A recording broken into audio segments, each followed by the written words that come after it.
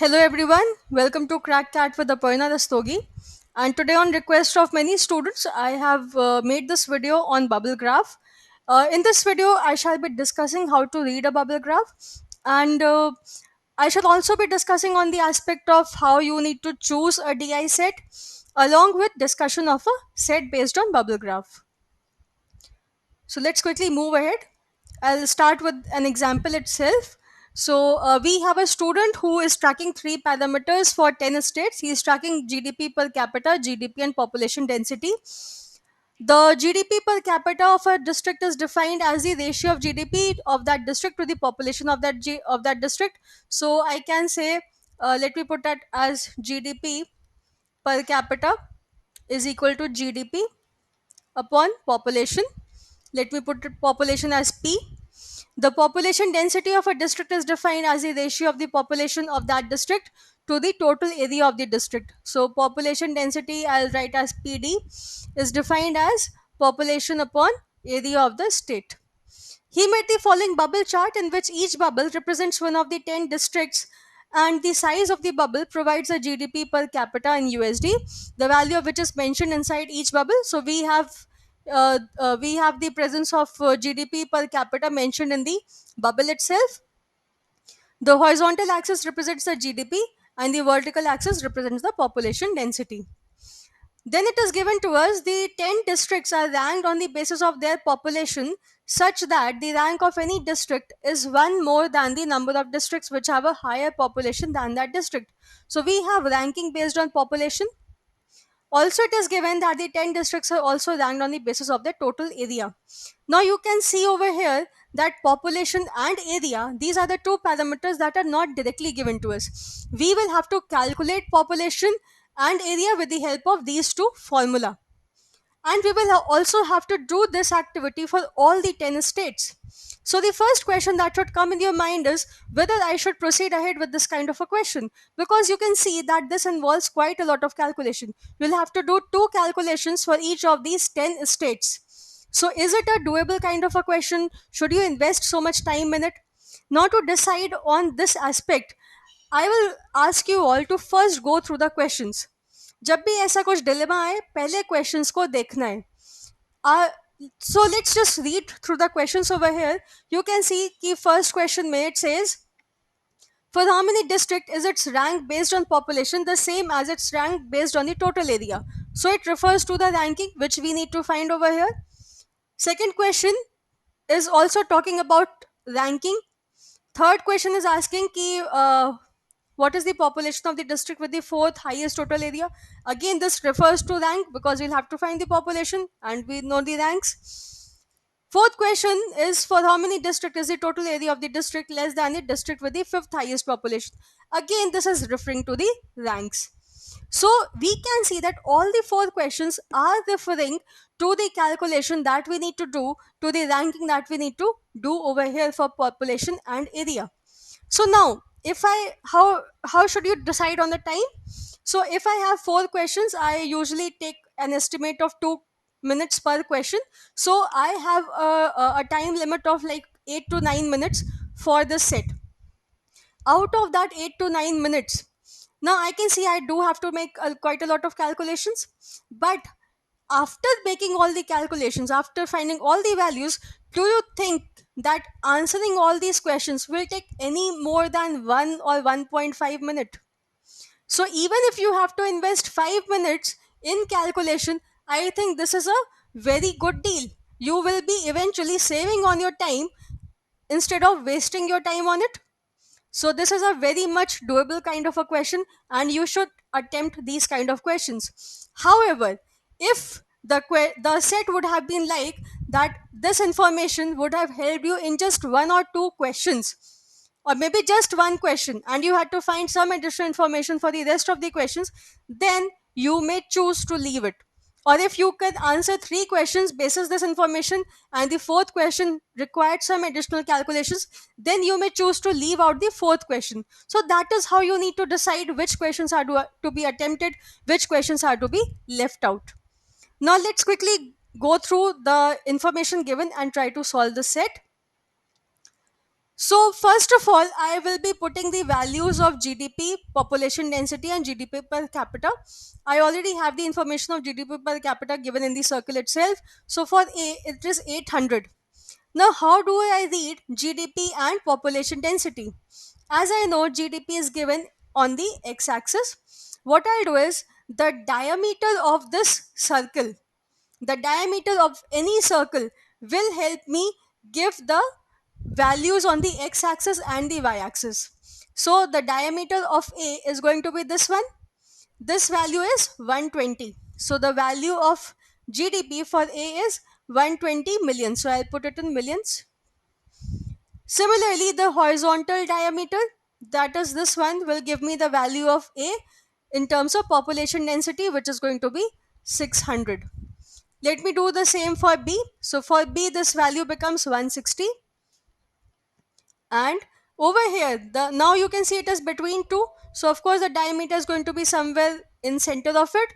So we can say this value is 750, and GDP per capita is given as 500. This is how you will have to read a bubble chart. Go by the diameter and find the value of the x-axis and the y-axis. So you need to look at horizontal diameter and vertical diameter. Okay, horizontal and vertical diameter. I hope you have understood how to read it. So let me take one more example. Let me take it for C. So for C, the value is 250 of GDP per capita, and to find the GDP, I will look at the vertical diameter, which is 140. It meets x-axis at 140, and the horizontal diameter, which meets the y-axis at 650. So this is how you can populate the values of this table, right? We will have to put the values in the table because we need to calculate. So of course it becomes easier for us if we have to do so many calculations. Let's move on to the next. So now, since I have put the values over here, I'll directly refer to this table. As I know that, how can we calculate population? Population can be calculated with the help of GDP per capita and GDP. So population is given as, so you can write GDP per capita is GDP upon population. So I can say population will be GDP upon GDP per capita. Okay. So I can say this. So this is my GDP and this is my GDP per capita. This value GDP is in millions, so I can say this value is into 10 to the power 6. Okay, so if I have to calculate the population, I need to do 120 into 10 to the power 6 upon 800. Now can I reduce it in such a form so that it becomes easier for me to solve? What can I do is, I can say that, so let me remove these two zeros, let me remove this zero as well. So what does this become? You can reduce this to 10 to the power 5, right? So can I say that the value of population would be 12 by 8 into 10 to the power 5? Now I can do this calculation for all the states. So basically I am removing the last zero out of all these. So I can remove the last zero out of all these, and over here I can remove the last two digits, or I can place a decimal. So this becomes 8, this becomes 5, this becomes 2.5, this becomes 16.8, this becomes 12, this becomes 4, 8, 6, 4, and 2. Now it gets easier for me to solve. So for the first one, it is 12 by 8, which is equal to 1.5. Now all these values are into 10 to the power 5. You need to remember this. For the second one, it is 16 by 5, which is 3.2. Third one is 14 by 2.5, which is 5.6. For D, it is 21 by 16.8. So we can just do a little bit of calculation and see. So this is 21 by 16.8. Now these numbers are divisible by 7, so we can write this as 3 by uh,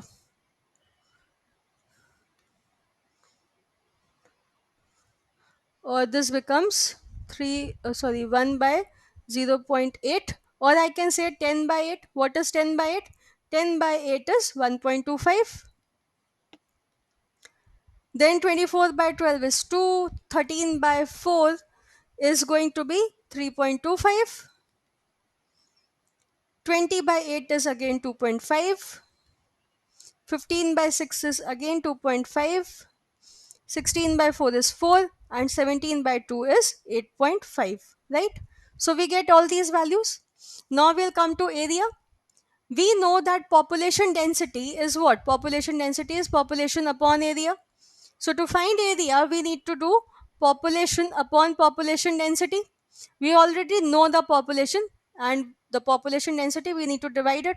Now again, what we can do is, again we'll try to use the same logic so that the calculation becomes a little bit easier for us.